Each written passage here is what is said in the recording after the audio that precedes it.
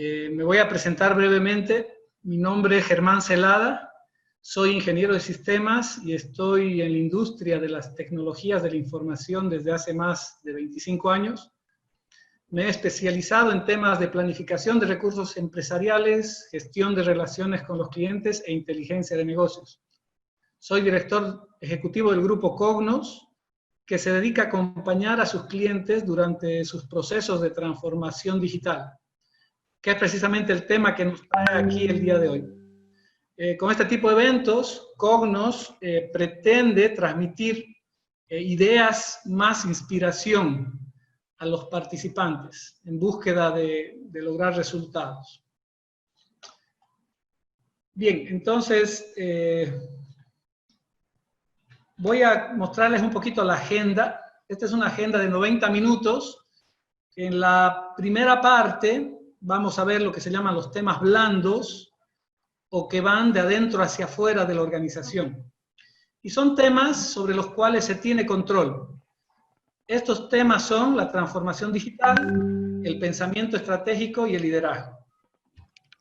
En la segunda parte vamos a estar tratando los asuntos que vienen de afuera y son sobre los que no tenemos control.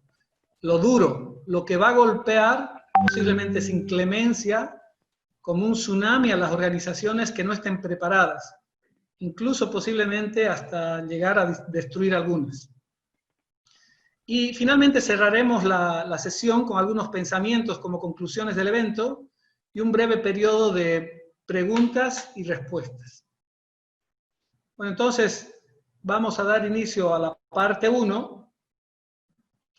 Comenzaremos entonces hablando de la transformación digital como elemento central que se apoya sobre dos pilares.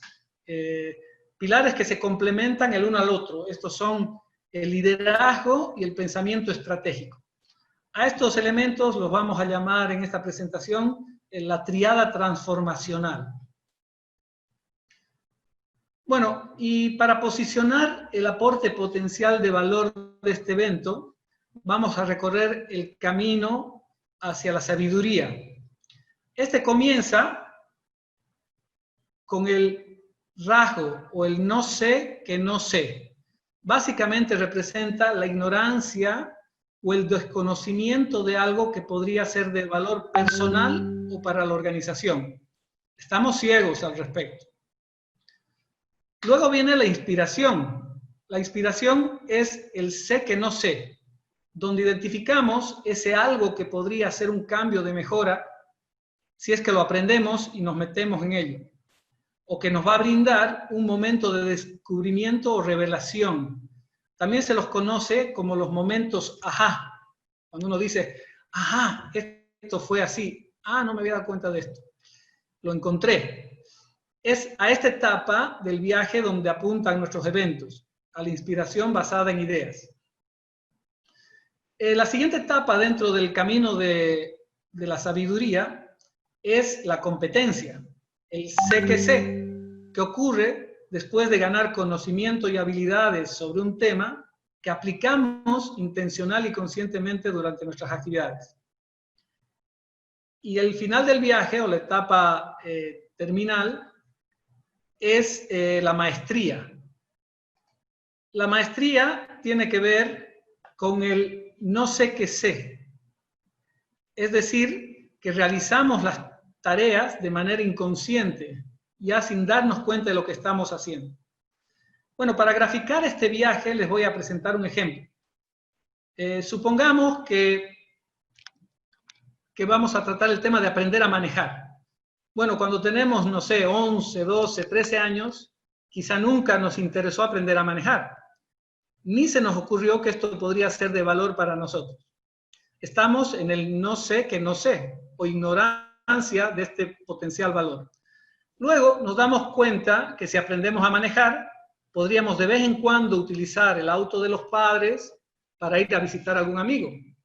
Es aquí donde decidimos aprender a manejar y obtener una licencia. Es el sé que no sé, la inspiración, el momento ajá. Una vez que aprendemos a manejar, lo hacemos regularmente pensando conscientemente en todo lo que hacemos al manejar. Por ejemplo, poner primera para arrancar, segunda y tercera al aumentar de velocidad, freno y embrague para parar, y así todo muy pensado. Ese es entonces el momento sé que sé. Aplico mi conocimiento de manera consciente. Y al final, el no sé que sé es cuando hacemos todo en modo automático, la maestría. Entonces, por ejemplo, cuando manejamos desde un punto A hasta un punto B y ni siquiera nos acordamos lo que hicimos durante el camino manejando. Bueno, entonces, nuestros eventos están concentrados en la inspiración. Ok. Bueno, entonces vamos ahora a hablar sobre el primer elemento de la tríada, que es la transformación digital en sí. Y bueno, como podemos ver ahí en el gráfico, podemos definir solo el término transformación como ¿qué? Como un cambio profundo sin retorno, del que no hay vuelta atrás. Así como se ve en el dibujito, la oruga que se convierte en mariposa nunca más va a volver a ser oruga. Una vez la transformación tuvo lugar, esto no puede volverse atrás. Y vamos ahora a hablar de la transformación digital comparada con qué ocurre con los cambios normales que se dan en la organización. Entonces vamos a comparar cambios normales versus transformación digital. Entonces la diferencia primera es que se trata los cambios normales de automatizar el status quo versus tecnologías disruptivas. De un modelo de negocios mejorado quizá a repensado radicalmente. De optimizar un proceso a una reingeniería, quizá a repensar completamente el proceso. De una formación que me dice cómo hacer las cosas a una formación que me cambia. De una implementación puntual a un elemento tecnológico a implementar toda la tecnología que pueda ser necesaria. Y respecto a los clientes, obviamente la transformación digital cambia esta relación.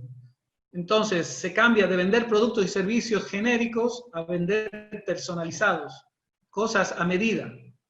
De venta de productos y servicios a vender experiencias. Nuestros clientes ya no compran nuestros productos, compran experiencias con nuestros productos. De atender a los clientes a pasar a co-crear y inventar con ellos los próximos servicios y productos. Bueno, y podemos decir que quizá mucha persona piense que la transformación digital se trate de solo tecnología o principalmente de tecnología. Bueno, la realidad es que la transformación digital puede verse como una mesita de 4 patas. Si alguna de ellas o varias de ellas faltan, la mesa perderá equilibrio y caerá. Todas las patas son importantes, obviamente. La pata de la mesa que corresponde a la gente tiene que ver con el involucramiento de las personas y la gestión de cambio. Los procesos, es la segunda etapa, son la forma en que las personas realizan sus actividades. La tercera patita son los datos. Es decir, si no tenemos buenos datos e información relevante, estaremos caminando a ciegas. La cuarta pata viene a ser la tecnología, que habilita que las personas puedan realizar su trabajo siguiendo los procesos. Y finalmente tenemos la parte que lo une todo, el pegamento, que es la tabla de la mesa, que es la gobernanza o el gobierno, que permite una gestión equilibrada y armónica de los demás componentes. Bien. Bueno, para cerrar esta parte de la primera triada, el primer elemento de la triada, la transformación digital, algunas citas con mensajes poderosos, potentes. La primera cita es que cambiar es modificar la forma de hacer y transformar es modificar la forma de ser. La segunda, no se trata de lo que la tecnología puede hacer, se trata de lo que la organización puede hacer con la tecnología. De hecho, hay mucha tecnología por ahí dando vueltas, pero la idea es traer la tecnología que dé valor al negocio y que sea aplicable en el negocio. Finalmente, la última cita, que la tecnología aplicada a una operación eficiente magnifica la eficiencia. Sin embargo, la automatización aplicada a una operación ineficiente magnifica la ineficiencia. Esta es una cita muy sabia de Bill Gates, donde vemos que si traemos tecnología o automatización a procesos inadecuados o inmaduros, no vamos a estar igual, vamos a estar peor. Pero si traemos esta tecnología, esta automatización a procesos maduros y a buenas prácticas, se va a magnificar esta eficiencia. Bien, ahora hablaremos sobre el segundo elemento de la tríada, que es el pensamiento estratégico. Y para esto, para ilustrar la importancia de saber a dónde ir, vamos a leer un pequeño extracto del libro Alicia en el País de las Maravillas. Bueno, pregunta Alicia, está conversando con el gato, le pregunta, ¿quieres decirme por favor qué camino debo tomar para salir de aquí? El gato contesta, eso depende mucho de dónde quieras ir. Alicia replica, poco me preocupa dónde ir. Y el gato concluye, entonces poco importa el camino que tomes. Este libro fue escrito por Lewis Carroll en el 1865 y lo he visto en muchas páginas, en los principios de muchos libros de estrategia. Y claramente permite concluir que para tener un camino que seguir es necesario establecer primero el destino al que queremos llegar. Bueno, y vamos a analizar el pensamiento estratégico dividiéndolos en sus dos palabras componentes. Primero el pensamiento, que tiene que ver con el tiempo, que estamos pensando en el mediano, largo y corto plazo. La amplitud, que se refiere a la cobertura de la estrategia, que tendría que abarcar a todas las áreas funcionales o a casi todas. La profundidad, es abarcativo también a distintos niveles, operativo, técnico y ejecutivo, y el impacto, es decir, que afecta el día a día de la gente, es disruptivo, cambia la forma de hacer las cosas. Y con estratégico significa que es importante, es algo valioso y relevante para el negocio, y que tiene que enfocarse primero definiendo la situación actual, dónde estamos, la situación deseada, es decir, el lugar donde se quiere llegar con el viaje, y trazar un caminito para unir el origen con el destino. Y muchas veces uno se pregunta, ¿qué es lo importante? ¿Lo importante es el viaje o es el destino? Entonces, muchos dicen que el viaje es mucho más importante, pues el destino nunca está asegurado, pero el viaje es lo que nos convierte en lo que queremos ser, tanto a nivel personal como organizacional, en la compañía que queremos ser. Hay autores que dicen, por ejemplo, y se hacen la pregunta, cuando uno busca un trabajo laboral, ¿qué es lo que debería considerar? ¿Es más importante el beneficio económico?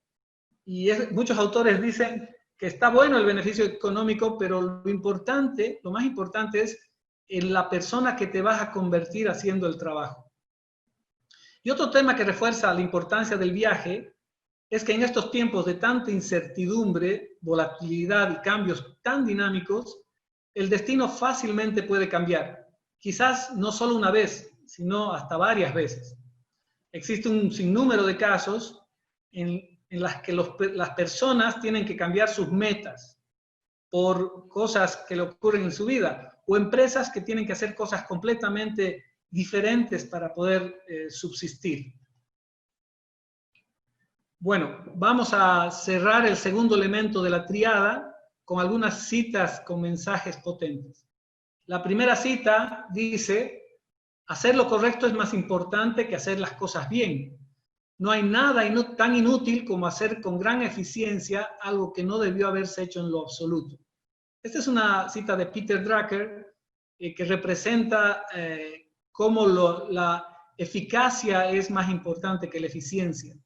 Y que qué triste debe ser subirse a una escalera y darte cuenta que la escalera está apoyada en la pared equivocada. Otra cosa que decía Peter Drucker es, si quieres algo nuevo, tienes que dejar de hacer algo viejo. Y la última, la cultura se come a la estrategia en el desayuno. O sea que no importa qué tan buena o hermosa o pretenciosa sea nuestra estrategia, si no tenemos una cultura que la acompañe. Bien, ahora nos toca hablar del tercer elemento de la tríada, que es el liderazgo. Y podemos definir en forma general, hay miles de definiciones de liderazgo. Una de ellas podría ser que es la búsqueda del logro, es decir, tratar de convertir una visión en realidad. Y acá podemos concluir que el liderazgo es influencia, nada más ni nada menos. Esto lo dice un autor muy conocido sobre el liderazgo que se llama John Maxwell, y que también dice todo sube y todo baja por el liderazgo. Si a las empresas les va bien o les va mal, es muy probable que la causa sea el liderazgo. Los líderes requieren una visión clara y un plan definido. Requieren conexión y apoyo. Con conexión se refiere a que los líderes primero se ganan el corazón de la gente antes de pedirles algo. Y el apoyo nos dice que la gente primero apoya al líder y después apoya su visión. Un ejemplo claro de esto es Hitler, que tenía un carácter carismático, era un líder carismático importante, pero tenía una visión horrible del mundo, ¿no? Y los grandes líderes logran lo que se llama el crecimiento explosivo, es decir, multiplican en lugar de solo sumar. Y para hacer el crecimiento explosivo, los líderes deben crear líderes, deben ser semillas de líderes para ser multiplicativos. Otra cosa que los líderes hacen de gran manera es exceder las expectativas. ¿Qué significa exceder las expectativas? Significa ir un poquito más allá, que cuando me piden algo, yo hago un poco más. Entonces, por ejemplo, ¿cómo un padre podría exceder las expectativas de su hijo? Aparte de ser el padre que tiene que ser, por ejemplo, podría intencionalmente este padre buscar la amistad real con su hijo, ser amigo de su hijo. ¿Cómo, por ejemplo, un esposo podría exceder las expectativas de su esposo, de su esposa? Además de ser un buen esposo, siempre está el además, darle atención todo el tiempo, pensar en los detalles. Muchas veces los hombres descuidan a sus esposas en la atención en los detalles. ¿Cómo, por ejemplo, un jefe podía exceder las expectativas de su personal? Podría ser, por ejemplo, no solo preocupándose por su desempeño profesional, sino también por su vida personal. ¿Y cómo una persona podría exceder las expectativas de su jefe? Por ejemplo, excediendo sus responsabilidades, excediendo la calidad del trabajo que se espera de él. También, ¿cómo alguien podría exceder las expectativas de su cliente? Siempre tratando de darle más de lo que se le pide, buscando agregarle valor intencionalmente. ¿Y cómo, la última, alguien podría exceder las expectativas de un desconocido? Esta es medio rara porque muchas veces uno los desconocidos simplemente los ignora. Pero les voy a comentar algo que leí en un libro y me gustó mucho, que decía, cuando estés, acércate a todas las personas que estén a un radio de 7 metros de donde estés vos y preguntarles con una gran sonrisa qué puedes hacer por ellos. Bueno, quizá esto suene un poco exagerado, pero voy a tratar de atenuarlo con una frase que dice así: si piensas con amabilidad, generas bondad. Si hablas con amabilidad, generas confianza. Si actúas con amabilidad, generas amor. En resumen, todo comienza siendo amable. Y el otro tema es el de añadir valor, ¿sí? Añadir valor a los demás. Pero la verdad es que si no nos damos primero valor a nosotros mismos, es muy difícil que demos valor a los demás. No se puede dar básicamente lo que no se tiene. Por ejemplo, si yo quisiera ayudar de manera económica a mis hijos y no tengo recursos, no puedo hacerlo, por más que quiera.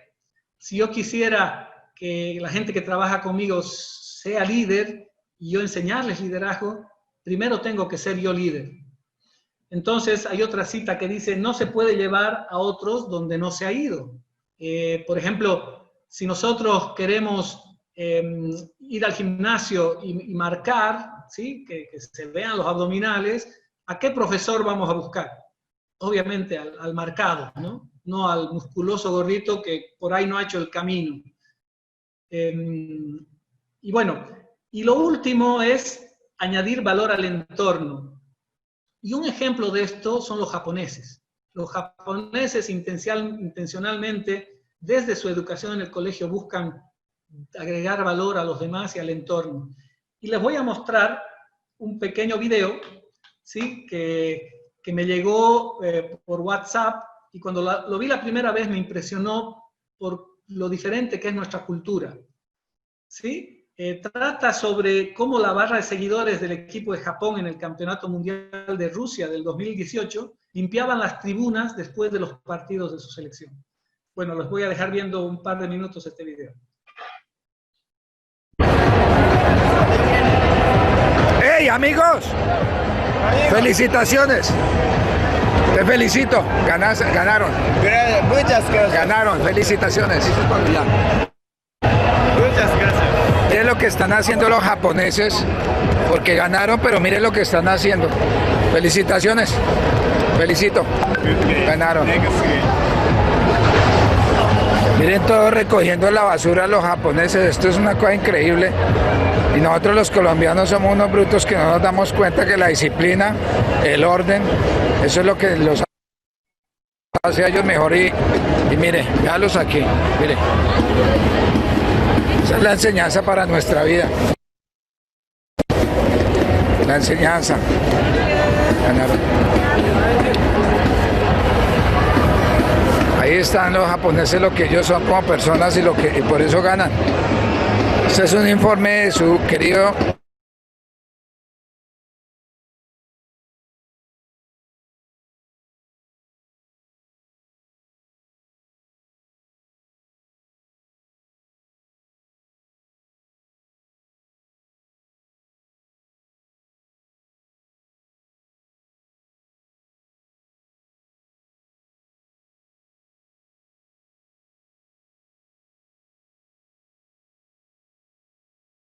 Está con el micrófono apagado. Ok, bueno, entonces vamos a seguir. Disculpen la interrupción.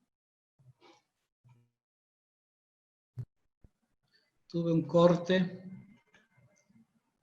¿Está compartiendo la pantalla? No, por favor, si la puede volver a compartir. Ok.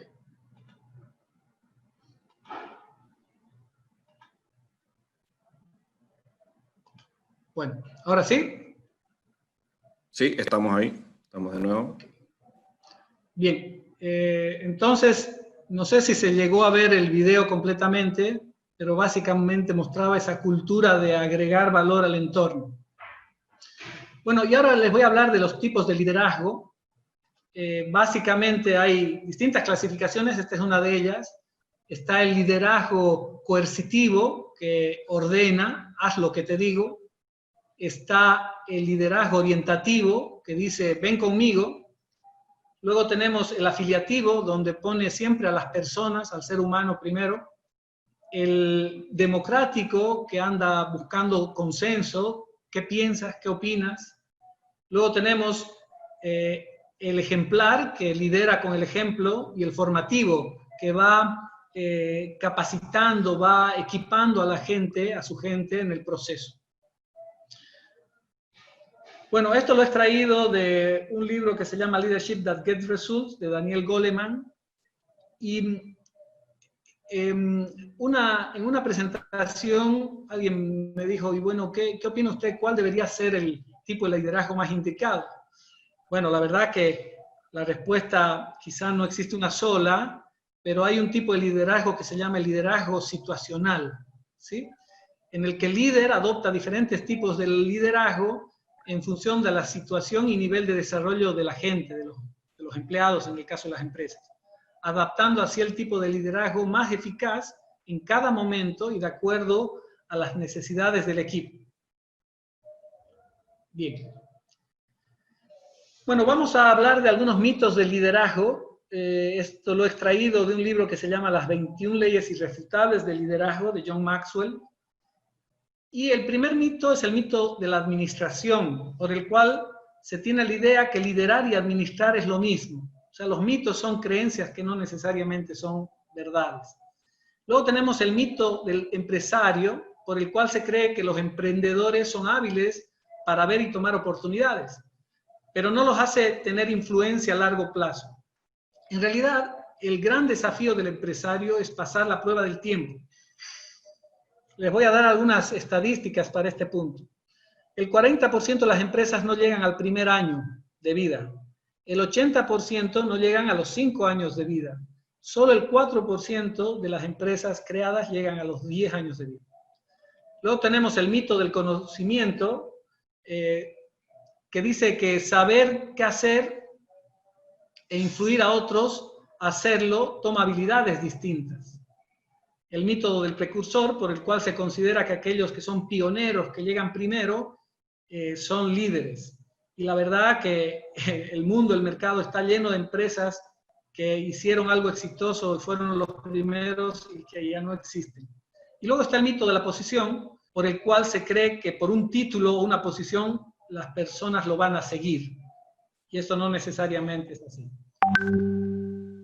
Bien, entonces, seguimos con el liderazgo y entendiendo que el liderazgo es la búsqueda del logro, de obtener resultados, de convertir una visión en realidad, podríamos identificar su anatomía, es decir, su estructura y componentes. Podríamos tener, por ejemplo, una anatomía psicológica que trata sobre la mente del ser humano, otra sobre los hábitos que las personas tienen para ser efectivas, y finalmente la anatomía organizacional que estructura cómo las empresas miden el logro. ¿Sí? Ahora vamos a zambullirnos un poco en cada una de estas 3 anatomías o estructuras. Y vamos a comenzar por la anatomía psicológica. Básicamente nuestro cerebro está compuesto por 3 sistemas. Uno, el sistema reptiliano, que tiene la memoria primitiva. Se dice que proveniente de los reptiles y es donde se encuentra el instinto de supervivencia. Luego tenemos el llamado sistema límbico, que contiene la memoria emocional y es donde se encuentra el subconsciente. Luego está el córtex o neocórtex, que es la memoria pensante, donde está el razonamiento reflexivo. Ok, entonces, fíjense que donde está el subconsciente, o el subconsciente, donde está toda la parte más emocional, se dice que nuestras decisiones entre el 90 y 95% vienen de este lugar, del subconsciente, de lo emocional. Esto se ha podido mostrar a través de escaneos de señales eléctricas en el cerebro, y su origen está en que el lado que se utiliza más a menudo para tomar decisiones es el lado derecho. ¿Sí? Es aquí donde se forma el subconsciente, todas las creencias, valores y paradigmas de las personas que están alimentando por lo que se ha visto al crecer, por lo que se ha escuchado durante nuestra vida y lo que se ha experimentado. Todo esto alimenta nuestros archivos mentales. Bueno, y como ya hemos visto, el pensamiento consciente tiene lugar en el neocórtex, donde se realiza el razonamiento reflexivo. Luego, en base a este razonamiento, nuestros instintos y emociones, lo que hacemos es tomar decisiones.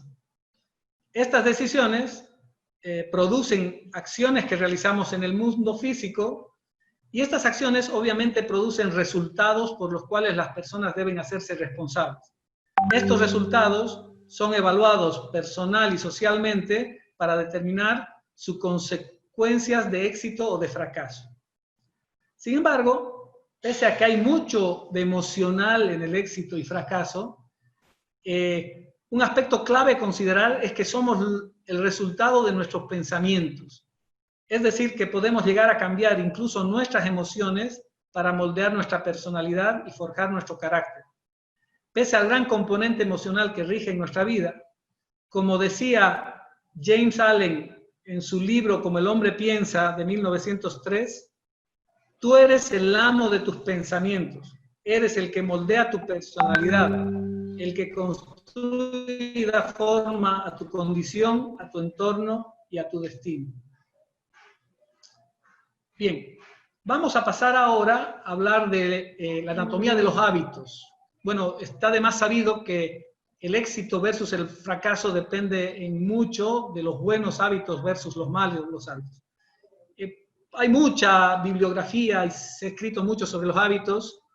Como referencia yo voy a tomar Los 7 hábitos de la gente altamente efectiva. Es un libro de Stephen Covey que dice lo siguiente. Lo primero es que nosotros tenemos varios estadios.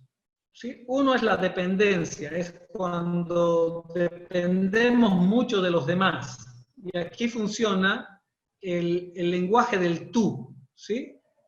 Tú lo haces por mí, tú eres el responsable, tú estás a cargo. El segundo nivel es el nivel de la independencia, donde nosotros mismos tomamos el control. El lenguaje usado en esta etapa es el de yo. Yo soy el responsable, yo estoy a cargo, yo lo hago. El tercer nivel se llama la interdependencia. Y aquí el lenguaje es el de nosotros. Nosotros lo hacemos, nosotros somos responsables, nosotros estamos a cargo. La victoria privada, ¿sí? La victoria privada ocurre cuando se cumplen los 3 primeros hábitos y permiten pasar de la dependencia a la interdependencia. La victoria pública, a su vez, ocurre cuando se cumplen los 3 siguientes hábitos, del 4 al 6, y permiten pasar de la interdependencia, perdón, de la independencia a la interdependencia. Entonces tenemos que los hábitos son los siguientes. El primer hábito, ser proactivo, es el hábito de la responsabilidad. Esto significa responder con habilidad, responder en base a principios, a valores, y no en base a circunstancias o emociones. El segundo hábito, comenzar con el fin en mente, es el hábito del liderazgo personal, el hábito de la planificación. Hay una frase que dice, si fallo en planificar, estoy planeando fallar. Y el tercer hábito es poner primero lo primero, es el hábito del manejo del tiempo, de la ejecución, de la priorización. Entonces esos 3 hábitos arman la victoria privada. Perdón.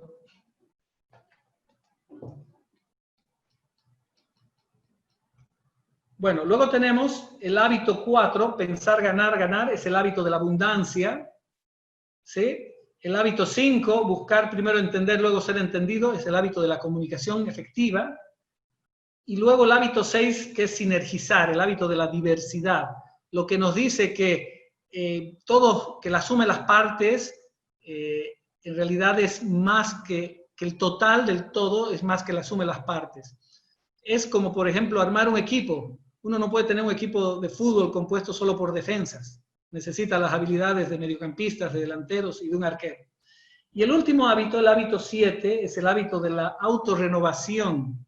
La autorrenovación a distintos niveles, ¿sí? Necesitamos renovarnos a nivel mental, físico, espiritual, social, emocional.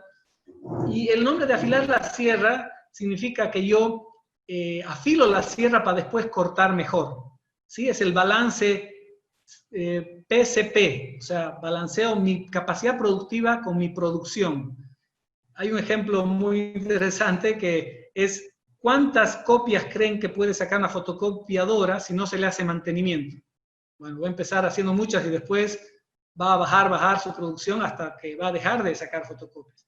Eso es lo que nos pasa también a nivel personal. Y bueno, vamos a ir a la tercera anatomía, que es la organizacional, es decir, cómo las organizaciones miden el logro de los resultados de su personal. Y la base de la pirámide la componen las personas. En realidad, lo único real en las organizaciones son las personas. El resto son estructuras mentales creadas por el hombre. Sobre la base de las personas se crean dichas estructuras, como los grupos, equipos de trabajo, proyectos, los departamentos funcionales y unidades de negocio, y en general la organización completa. Entonces, la compañía lo que pretende medir son los resultados obtenidos por las personas y aspectos, etc. Los elementos principales de medición, el elemento principal de medición es el desempeño humano. Y como elementos de medición secundaria tenemos la aptitud y la actitud. La aptitud, por un lado, a su vez está compuesta por los conocimientos de la gente y las habilidades para materializar dichos conocimientos en la práctica. Y la actitud se descompone, perdón, se me dispara el... Bueno, y la actitud, decía, se descompone en el deseo y el comportamiento. Entonces, ¿qué herramientas se usan para medir el desempeño? Existen diversos mecanismos para hacer estas mediciones y algunos de los frecuentemente usados son, por un lado, los objetivos y los KPIs para medir el desempeño, los currículums para medir las aptitudes y las evaluaciones 360 grados para medir la actitud. Bien, y vamos a terminar el último elemento de la triada con algunas citas. Si crees que eres líder y no tienes nadie siguiéndote, solo estás dando un paseo, John Maxwell. Si caminas solo irás más lejos, si vas acompañado llegarás, perdón, si caminas solo irás más rápido, si vas acompañado llegarás más lejos. Y la última, lo que enlaza los dos pilares de la transformación, el liderazgo es la clave para la transformación. No se puede realizar ningún tipo de transformación sin un liderazgo fuerte. Bien, señores, aquí hemos llegado hasta la primera parte. Quisiera hacer una pequeña retroalimentación de ustedes. Entonces, voy a abrir un ratito el micrófono para una pregunta o un comentario y después seguimos. ¿Alguien que quiera comentar o preguntar algo?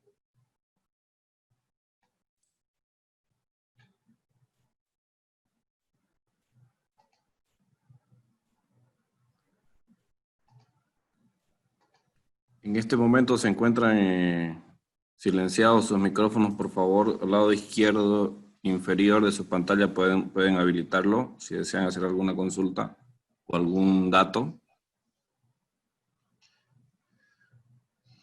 Bueno, si no hay nada, no importa. Seguimos, igual vamos a habilitar unos minutos al final de la sesión para preguntas y respuestas.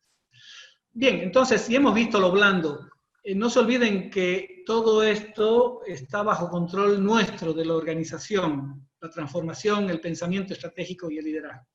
Y ahora vamos a hablar de las tendencias tecnológicas. Estas son las cosas que se vienen de afuera y que nos pueden golpear muy duro si no estamos atentos a ellas. Bien, y para hacerlo, les voy a mostrar una línea de tiempo muy interesante de la humanidad, ¿ok? Esto lo he rescatado de un libro que se llama Sapiens, de animales a dioses, un autor que ahora está de moda, Yuval Noah Harari, es un historiador judío que tiene varios bestsellers como el mencionado. Entonces, él hace una línea de tiempo, ¿sí? Hay varios, no vamos a ver todos, vamos a reconocer algunos de ellos. Y yo a la derecha he retocado un poquito la línea de tiempo, pero básicamente este es un autor evolucionista, ¿ok? Entonces él dice, está demostrado científicamente que más o menos hace 13.500 millones de años se forma la Tierra. Aparece la materia y la energía, el inicio de la física. Aparecen los átomos y las moléculas, el inicio de la química. Bueno, pasamos en la evolución y llegamos a hace 2.500 millones de años que aparece el ser humano, el género Homo en África. Esto se puede apreciar por que se han identificado los primeros utensilios líticos. Hace 70.000 años surge la revolución cognitiva, es decir, aparece el lenguaje ficticio, los seres humanos se comunican, inicia la historia y Homo sapiens se extiende fuera de África. Bueno, esta es la teoría que donde nace de África sale el ser humano. Hace 12.000 años ocurre la revolución agrícola. O sea, el Homo sapiens domestica plantas y animales, cada vez hay menos cazadores-recolectores y empiezan a producirse asentamientos permanentes. Hace 500 años, más o menos, después del medioevo, ocurre la revolución científica. La humanidad admite su ignorancia. Fíjense, ¿se acuerdan del no sé qué sé? Ha sido clave en la humanidad. Gracias a ese no sé qué sé, empieza el ser humano a adquirir un poder sin precedentes. Europeos comienzan a conquistar América y océanos, es el auge del capitalismo. Y bueno, vemos acá que los últimos 300 años, ¿sí? Ha ocurrido un desarrollo tremendo de la humanidad. Se han producido los cambios y avances más importantes e impresionantes. Los últimos 300 años tenemos la primera, segunda, tercera y cuarta revolución industrial. Entonces, mencionar que con el paso del tiempo las revoluciones industriales se están acelerando. Entonces, por ejemplo, la primera y segunda revolución industrial ocurrieron cada 100 años, ¿sí? La primera hace 270 años, la segunda hace 170 años, y la tercera solo hace 50 años. Y ahora estamos en la cuarta. Y la tendencia y la conclusión es que las revoluciones industriales están ocurriendo con cada vez mayor frecuencia. Bien, vamos a ver ahora un video. Espero que este no sea el motivo por el que se desconectó. Si se desconecta, volvemos, no hay problema. Pero este videíto es interesante porque trata sobre el Internet de las Cosas y el uso de últimas tecnologías a ser usadas en el futuro, o quizás que ya están siendo usadas en el presente en algunos países. Trata sobre el seguro vehicular contra accidentes.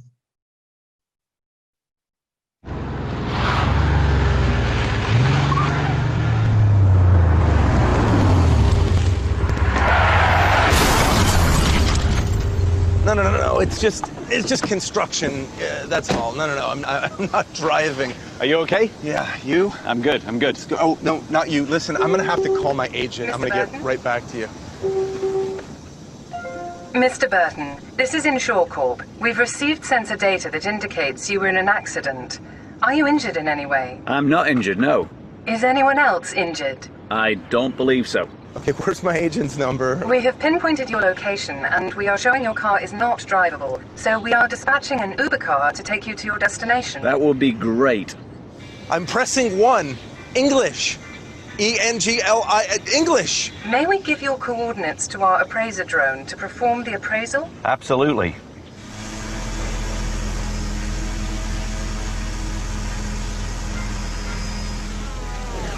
We have received the photos, assessed the damage, authorized the repair, selected a qualified repair facility, and have dispatched a tow truck to take your vehicle to that facility. Perfect. Yes, hi, this is...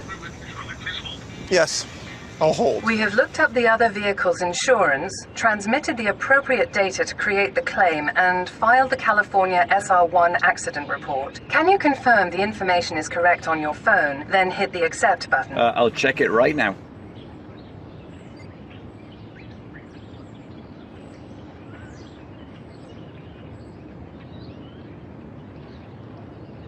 Okay, all done. Thank you. Your Uber car is arriving now. Ah, I see it coming. Accident, not payment, accident. Your tow truck should be there now.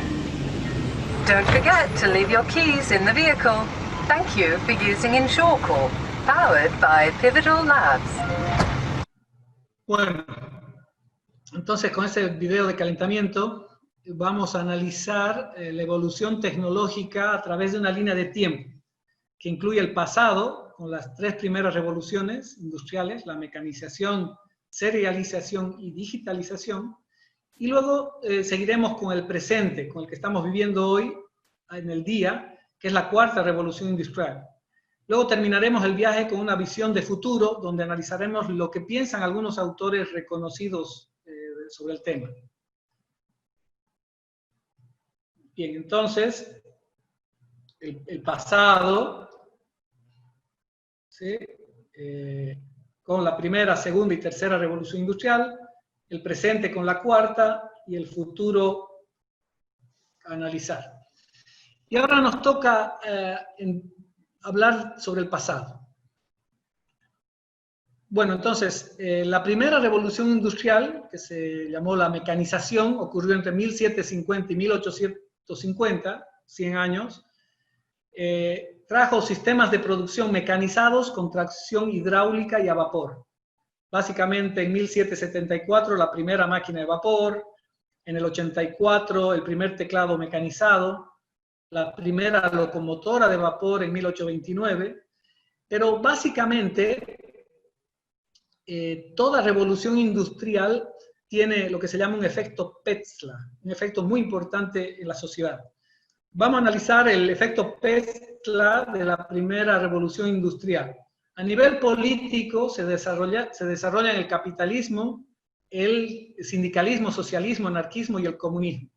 A nivel económico, que sería la segunda letra del Petzl, la producción agrícola de naciente industria se multiplica disminuyendo los tiempos de producción.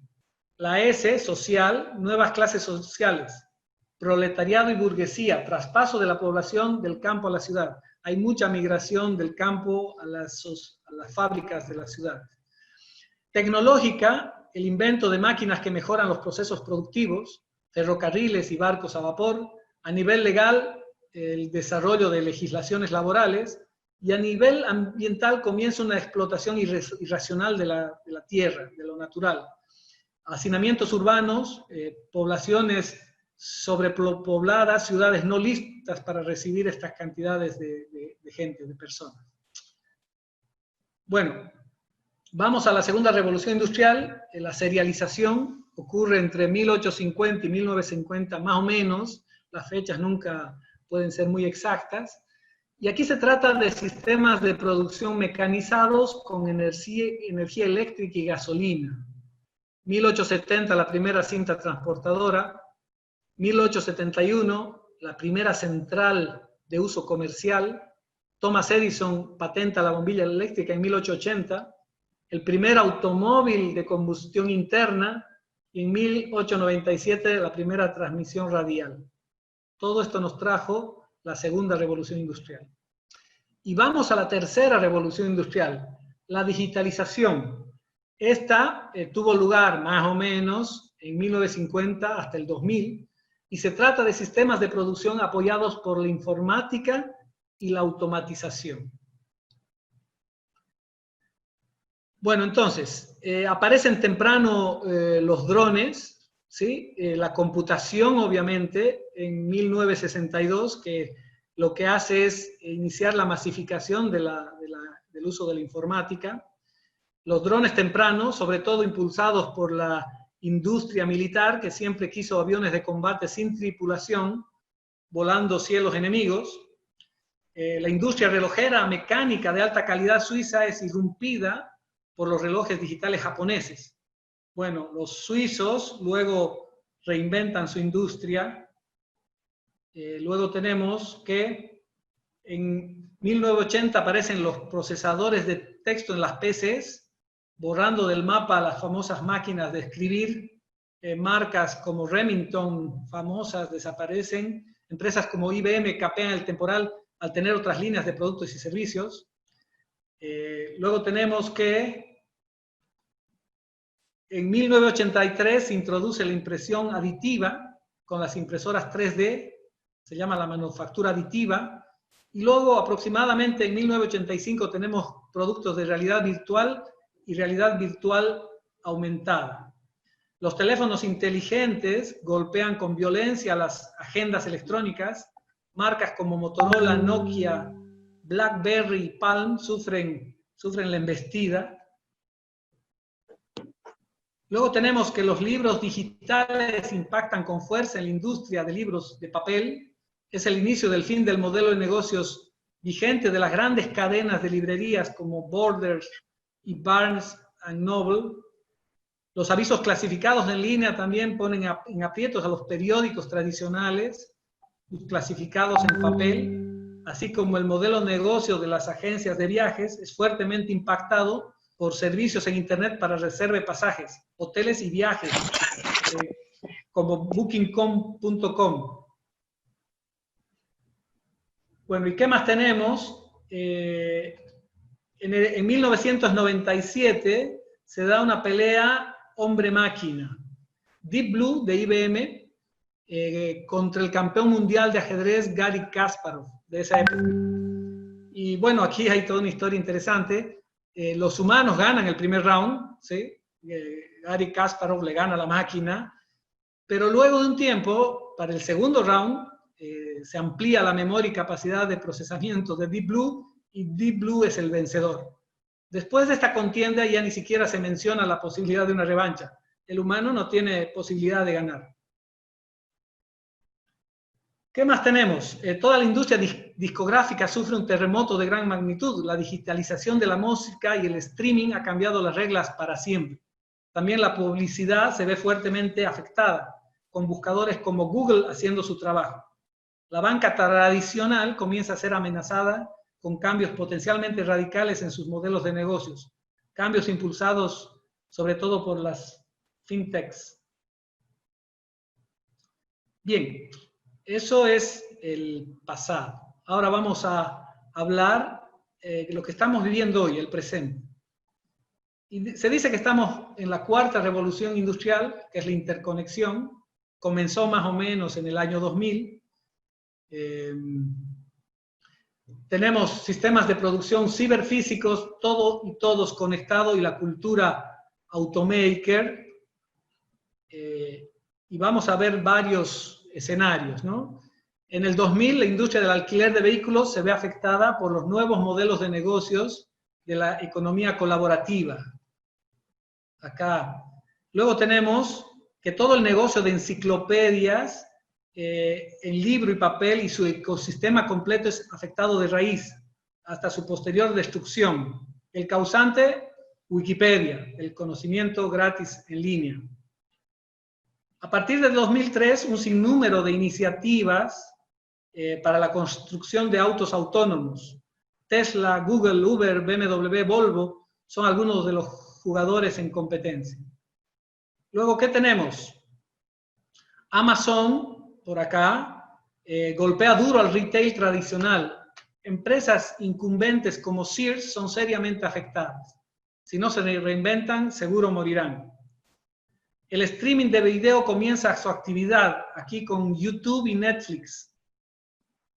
Se convierten en unos pesos pesados. En 2005 golpean duro a la industria de salas de cine y cadenas de alquiler de videos gigantescas como Blockbuster, algunas de ellas destinadas a languidecer. Acá la computación en la nube empieza a tomar cuerpo con solidez.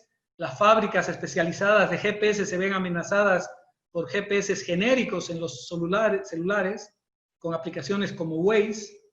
La hotelería ve con preocupación cómo un competidor impensado como Airbnb por el 2008 se irrumpe y que no necesita tener espacios físicos ni inversiones millonarias en infraestructura hotelera. Su capacidad es básicamente ilimitada. Bueno, también vemos por acá el modelo de negocios de Uber en el 2009 revoluciona la industria de los taxis y el transporte terrestre de personas.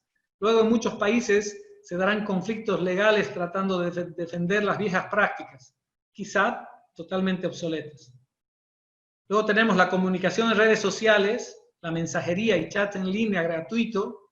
En el 2009 traen grandes preocupaciones a la telefonía fija y de celulares, que deben repensar su modelo de negocios ante estas nuevas realidades. Dos gigantes hacen su aparición aproximadamente en el 2009, el Internet de las Cosas y el Big Data, todo y todos conectados a la nube, generando volúmenes gigantescos de datos a velocidades nunca antes imaginadas y transportando una grandísima variedad de tipos de datos. Bueno, y por último, fíjense al final, hasta las discotecas, bares y formas de conquistar de los seres humanos cambian. En 2012, redes como Tinder permiten hacer contactos en busca de relaciones amorosas por el celular, a través de la nube y con algoritmos que hasta te ayudan a identificar la pareja perfecta. Bueno, y entonces, ¿qué es la industria 4.0? Básicamente es el producto de la convergencia de todas estas tecnologías de las que hemos estado hablando. Es la digitalización de la industria con sistemas de producción ciberfísicos, o sea, mucho componente robótico, hiperconectado y componentes de autofabricación usando impresoras 3D. ¿Sí? Entonces tenemos la convergencia del Internet de las cosas, la impresión 3D y el manejo de Big Data o macrodatos para recolectar, analizar y tomar decisiones inteligentes. También la convergencia de la inteligencia artificial, obviamente, la robótica colaborativa, donde los robots no sean una amenaza para los seres humanos, así como la realidad virtual y la realidad aumentada. Todas estas tecnologías convergentes, entonces, dan lugar a la industria 4.0. Bien, tiempo para un video más.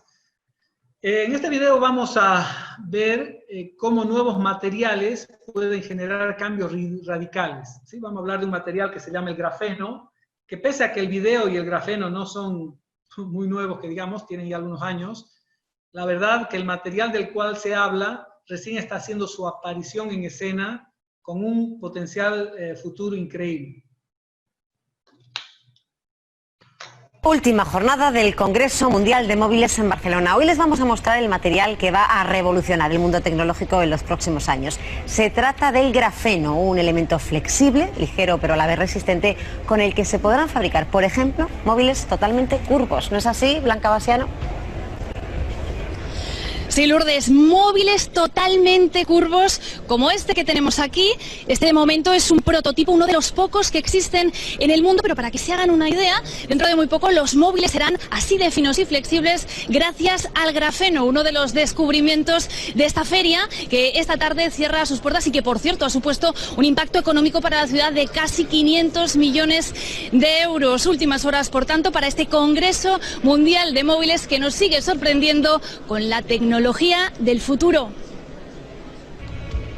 Transparente, flexible y 200 veces más resistente que el acero, el grafeno ya revoluciona la tecnología móvil así, con pantallas invisibles y tablets translúcidas.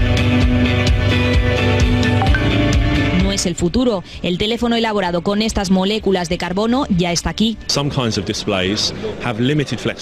Otros materiales tienen una flexibilidad limitada y se pueden romper. El grafeno no. Este es el cargador más rápido del mundo. Carga hasta 3 dispositivos en 5 minutos gracias a las propiedades conductoras del grafeno. Miles de posibilidades, también médicas. En forma de chip se puede implantar en el cerebro y medir la actividad neuronal. Y cada uno de esos puntos emitiría, sería el que recogería esa señal eléctrica, ¿no? En láminas, en polvo o grafeno imprimible, sí. Este es un póster que suena así. Los cartuchos de impresión pueden transmitir electricidad. Las marcas trabajan junto a los centros de investigación desde que el ruso Konstantin Novoselov descubrió este material en 2004. Hoy ha presentado una conferencia en el Congreso con lleno absoluto. Dicen que pronto este material invadirá nuestra rutina. Esto es un guante totalmente sensorizado y hecho de grafeno. Vemos los circuitos electrónicos y sensores de infrarrojos en los dedos que nos permiten tocar cualquier objeto y medir la temperatura. Nuestro próximo teléfono será ligero, flexible y con baterías ultra rápidas. Bien, pero no solo es eso, ¿sí? Fíjense, existe una gran variedad de tecnologías en las que el mundo está trabajando. Algunas de ellas podrán tener mucho mayor impacto que otras y dependiendo de la importancia que tengan para los seres humanos y para la economía. Se les dará mayor o menor atención e inversión, lo que es directamente proporcional a su avance y desarrollo en el tiempo. Tenemos tecnologías estrella, esas que están en rojo, como la biotecnología y la inteligencia artificial, que están siendo y podrán ser en el futuro agentes de cambio radicales para la humanidad. Podemos mencionar algunas, como la tecnología de digitalización de emociones, ¿sí? Esta de acá, que permite a los algoritmos tratar de entender los sentimientos de las personas para reaccionar en consecuencia. O los gemelos digitales, digital twins, que permiten tener una representación digital de cualquier entidad del mundo físico. Y no solo eso, sino que pueden estar conectadas unas a otras. La entidad física con su representación digital. Por ejemplo, un gemelo digital de una persona sobre la cual hacer una simulación de una operación riesgosa para tratar de predecir su resultado. O los algoritmos de aprendizaje de máquina y aprendizaje profundo, que son estos de aquí, el Machine Learning y el Deep Learning. Que lo que tienen que hacer, o lo que tratan de hacer, es aprender del pasado para predecir el futuro, además de aprender de otros y de sus propios errores. Cosas como reconocimiento facial en imágenes y videos, o capacidades de los algoritmos de escribir automáticamente noticias y que éstas sean presentadas por robots en la televisión. Bien. Ok. Nos acercamos al futuro, y para hablar del futuro, les voy a contar una vieja leyenda sobre el ajedrez que nos va a ayudar a entender el crecimiento exponencial de la tecnología, ¿sí? Y para entender lo que está pasando a nivel digital y tecnológico. Bueno, había una vez un rey indio, un guerrero, que luego de una batalla pierde a su hijo y se retira a su castillo totalmente devastado, deprimido, y pasa así meses y años sin recuperarse. Bueno, uno de sus súbditos, el llamado Laur César, le regala un tablero de ajedrez. Al rey le gusta mucho el juego, porque es un juego de reyes, de estrategia, y le concede a Laur cualquier cosa que pidiese. Pues el ajedrez había ayudado a que el rey salga de sus penas. Y César, que era un matemático, le pide lo siguiente. Le dice: dame un grano de arroz por el primer cuadro del tablero, 2 granos de arroz por el segundo, 4 por el tercero, 8 por el cuarto, y así el doble por cada uno de los 64 cuadros del tablero. Bueno, aquí voy a hacer una pausa. ¿Cuánto arroz creen que César le está pidiendo al rey? ¿Un puñado? ¿Quizá un quintal? ¿Una tonelada? ¿Un camión cargado? ¿Un barco lleno de arroz? ¿Un coliseo? ¿Qué opinan? Bien, la primera impresión es importante porque así es como pensamos linealmente. Pero la realidad es que César le pidió más de 18 billones de toneladas de arroz al rey. Eso es lo que pidió Laur César. Eso equivale a la biomasa de la Tierra. Claramente es algo imposible de lograr. Pero fíjense, así funciona la exponencialidad. Y bueno, la historia dice cómo termina esto, y hay como 2 versiones. Una, que el rey se enoja tanto con lo que había pedido Laur que lo manda a matar, y la otra que se ríe por su picardía y le da algo razonable. Bueno, y hay un conjunto de leyes que están haciendo esto posible. Les voy a hablar de 3 leyes. La primera es la ley de Moore, ¿sí? La ley de Moore dice que cada 18 meses se duplica la capacidad de procesar información. Esta ley fue formulada originalmente con transistores, pero se refiere a la capacidad de procesamiento.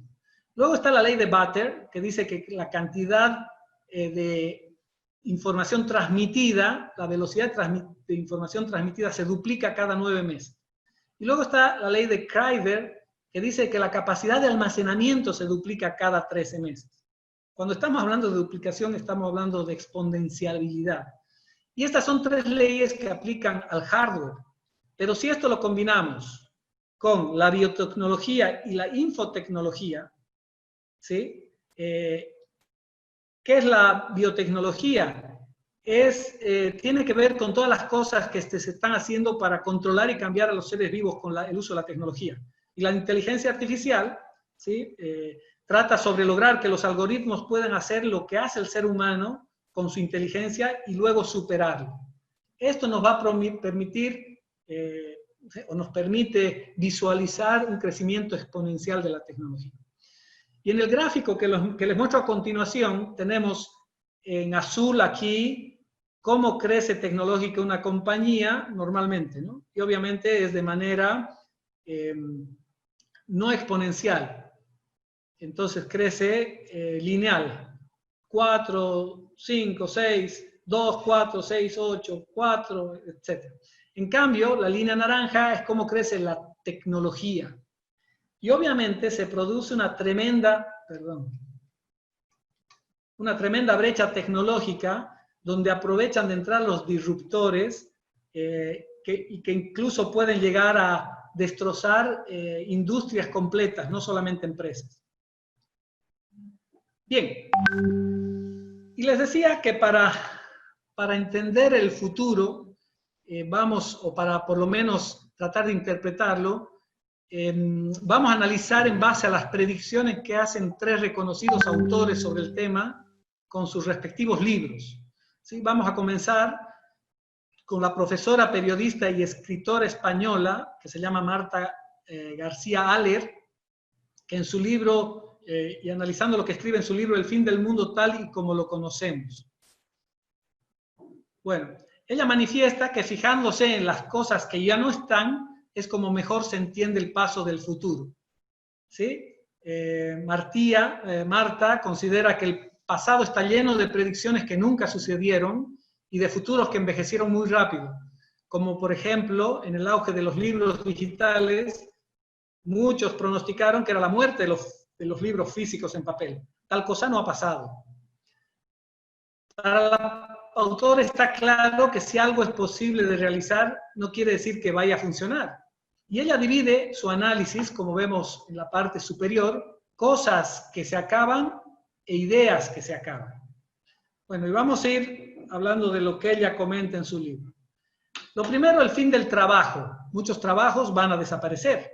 El fin de las cosas. Significa que todo lo que puede ser digitalizado será digitalizado. El fin del dinero. El dinero físico, como lo conocemos, es parte de lo anterior. Si el dinero puede ser digitalizado, lo va a ser digitalizado.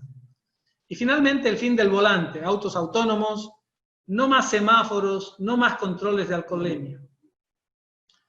El siguiente bloque tiene que ver con el fin de la fotografía, ¿sí? Fíjense, antes con la fotografía tradicional, la idea era capturar los momentos importantes de la vida, ¿no? El nacimiento de un hijo, la boda, la fiesta de compromiso, bueno, y guardar cómo crecían los hijos, y guardar eso en álbumes añorables. Bueno, ahora ha cambiado todo. Realmente la fotografía se usa para comunicar cualquier cosa. El otro día estaba cenando con mi hija en un restaurante, antes de la pandemia, obviamente, y ella, antes de comer, saca su teléfono, saca una foto y sube la foto a sus redes sociales. ¿Qué estás haciendo?, le pregunto. Y me dice, phone it first. El teléfono come primero. Bueno, entonces va a ser difícil rebobinar la vida entera de fotos y, bueno, ha cambiado totalmente. El otro tema es el fin de las tiendas. No sé si han oído hablar de un término que dice el apocalipsis del retail.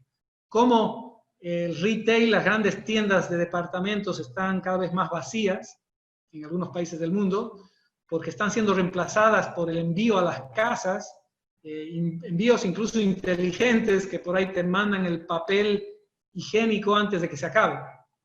También el fin de los traficantes, y volvemos al punto 2, todo lo que puede ser digitalizado va a ser digitalizado, y el tráfico de drogas es lo mismo.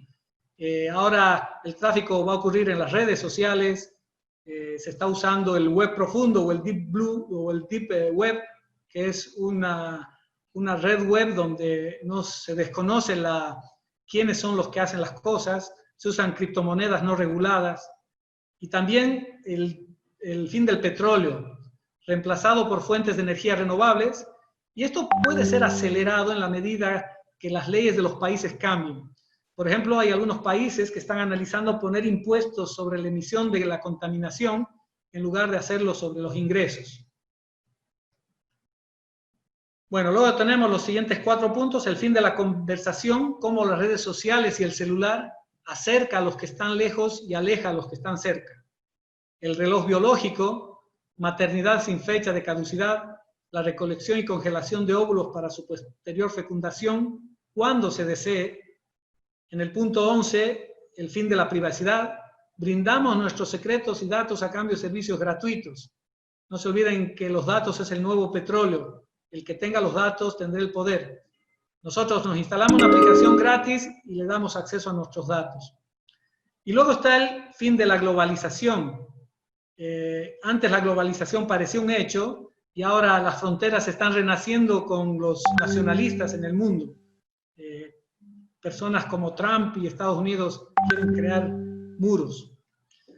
Bueno, y vamos a los 3 últimos, que son el fin de los idiomas y el fin de la muerte y el fin de la jubilación.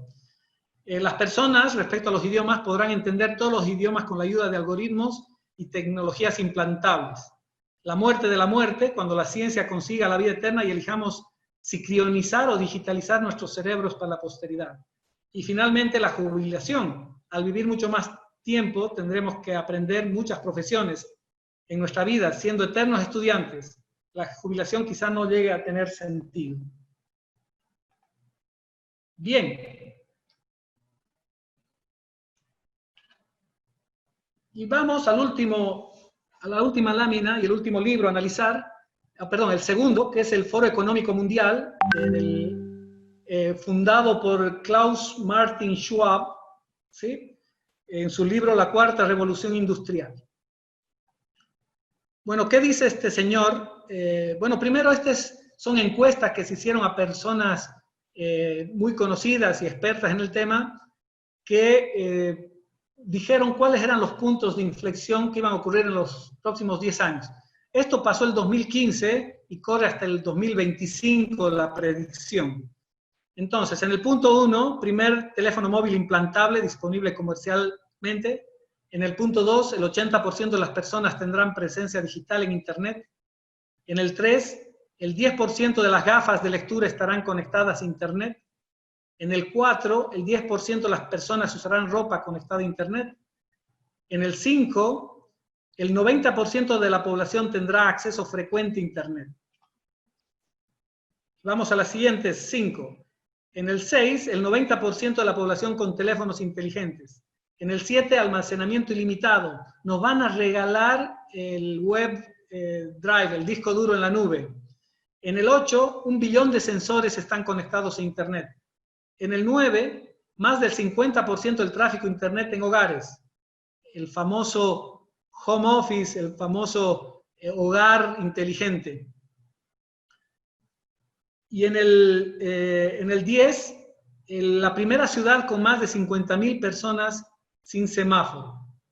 Vamos a los siguientes 5. 11, primer gobierno con censo poblacional basado en Big Data. 12, el 10% de los automóviles sin conductor en carreteras de Estados Unidos. 13, primera máquina de inteligencia artificial en una junta directiva. 14, el 30% de las auditorías corporativas realizadas mediante inteligencia artificial. El 15, primeros farmacéuticos robóticos en los Estados Unidos. Los siguientes 5. 16, el 10% del Producto Interno Bruto global almacenado en tecnología blockchain. 17, en general habrán más viajes en vehículos compartidos que en coches privados. 18, primera vez que un gobierno recauda sus impuestos utilizando blockchain.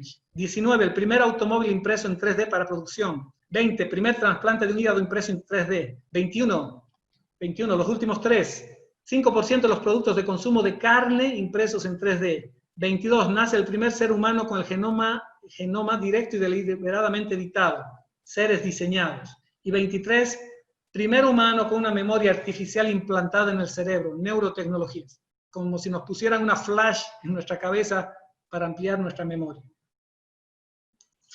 Bien, entonces ese es el análisis del segundo libro y vamos a terminar la presentación hablando del libro Homo Deus, una breve historia del mañana, de Yuval Noah Harari, que como les decía es un historiador escritor israelí, profesor de la Universidad Hebrea de Jerusalén, que ahora está de moda.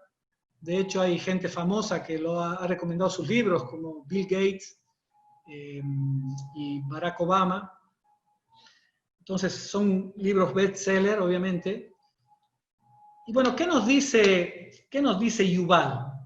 Lo primero nos dice que la agenda a lo largo de miles de años ha sido el hambre, la hambruna, la peste y la guerra, ¿sí? En la antigüedad moría mucha gente por causa de la hambruna. Gente que no tenía que comer durante semanas hasta que no podía aguantar más y desfallecía de inanición. En los últimos 100 años, los avances tecnológicos, económicos y políticos han creado una red de seguridad cada vez más robusta que aleja a la humanidad del umbral biológico de pobreza. De cuando en cuando se producen hambrunas masivas que asolan algunas regiones, pero son excepcionales y casi siempre consecuencias de políticas humanas y no de catástrofes naturales. Después del hambre, ¿sí? Esto de acá, está la peste. El segundo gran enemigo de la humanidad ha sido la peste y las enfermedades infecciosas. Por ejemplo, la llamada peste negra, que se inició en 1330 en algún lugar de Asia, la bacteria Yersinia pestis, que habitaba en las pulgas y se transmitía con su picadura, empezó a infectar a los humanos al picar. Desde allí, montada en un ejército de ratas, pulgas, la peste se extendió rápidamente por toda Asia, Europa y el norte de África. En menos de 20 años alcanzó las costas del Atlántico. Murieron entre 75 y 200 millones de personas, más de la cuarta parte de la población de Eurasia en esa época. En Inglaterra perecieron 4 de cada 10 personas.